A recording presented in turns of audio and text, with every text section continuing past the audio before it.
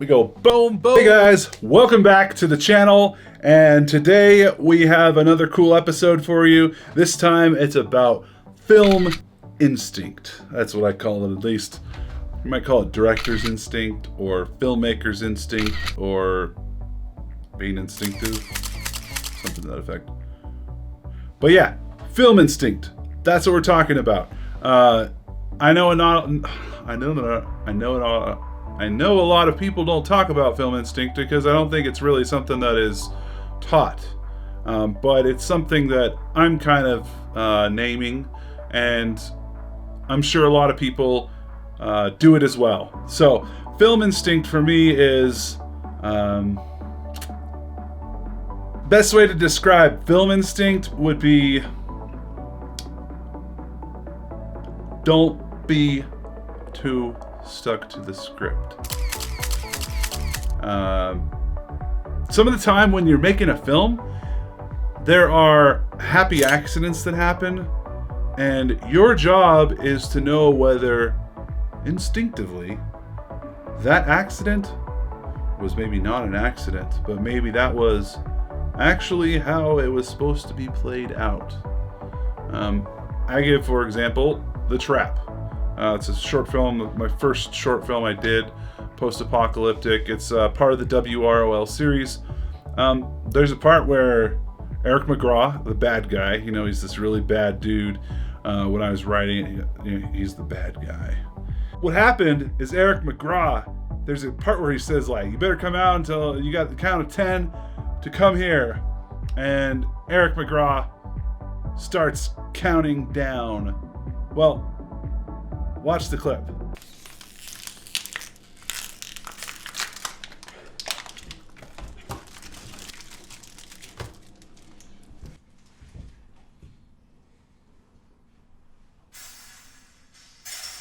shit.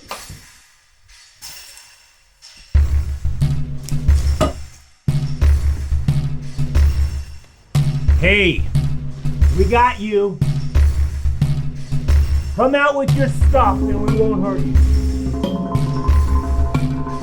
You got until the count of 10 to get your ass out here or we're coming in after you. You won't be coming out alive. Okay. Coming out.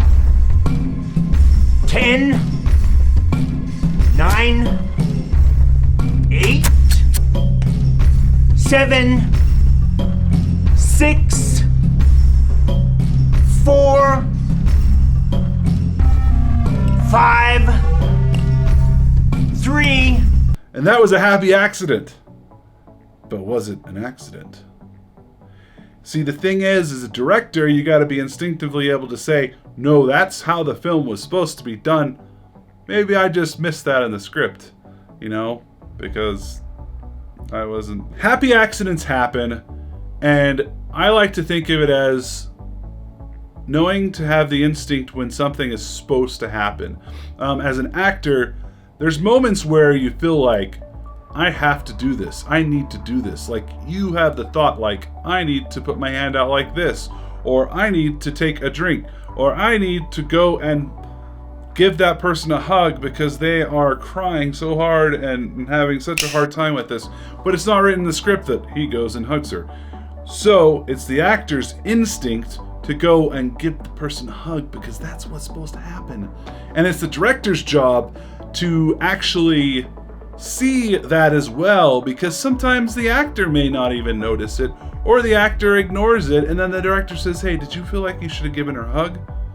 And then the actor's like, actually I wanted to. That's when you know that your instinct's on point, you need to follow it. And so I got a couple of different examples of this before I close out the episode, which basically, so The Trap was my first example. There was also Bug Out. This wasn't necessarily one of my ideas, but everyone on your team can give suggestions, and it's not always your best idea to just shut it all down, because creativity is created through a safe environment. And if you just shut down everyone's ideas, what happens is no one gives you ideas, and then you're stuck to just your ideas, just your inspiration. And frankly, that can lead to some problems, because there might be some really good ideas that come out of your crew members. So bug out. We didn't have a teddy bear written in the script, but Corey, in his wise thinking, said, let's give him a teddy bear. That's a nice little touch. There's a part where, later down the road, where Clive's pulling his travois and his son's on it, and there's a teddy bear there. And we're like, well, why don't we have it so the teddy bear falls as like symbolizing that his son has passed away? And I was like, that needs to happen, because that tells a story.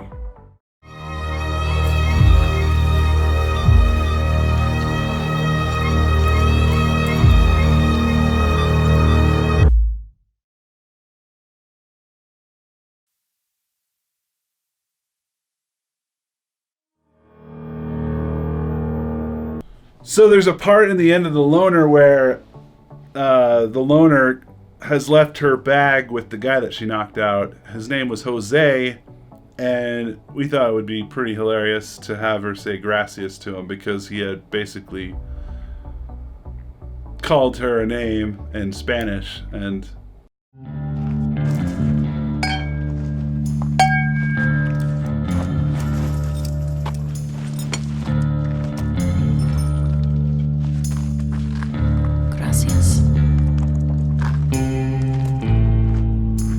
yeah, that was some film instinct as well.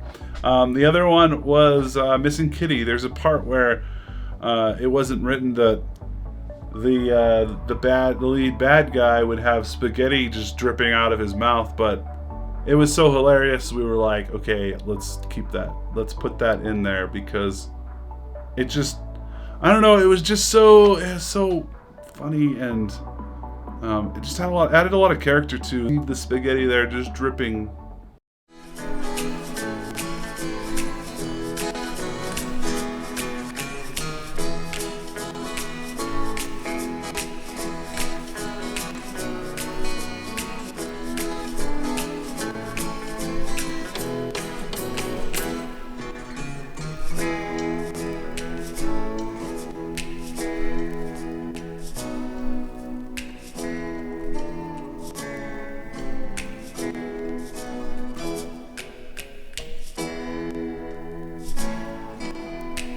Check those out, and that is what film instinct is. It's following your instinct to as to how the story should be told, because obviously as a filmmaker you've got a vision, and you need to embrace that vision, but there's also your vision gets fulfilled as you're filming this film, and so you need to be able to recognize when that thing will fulfill your vision.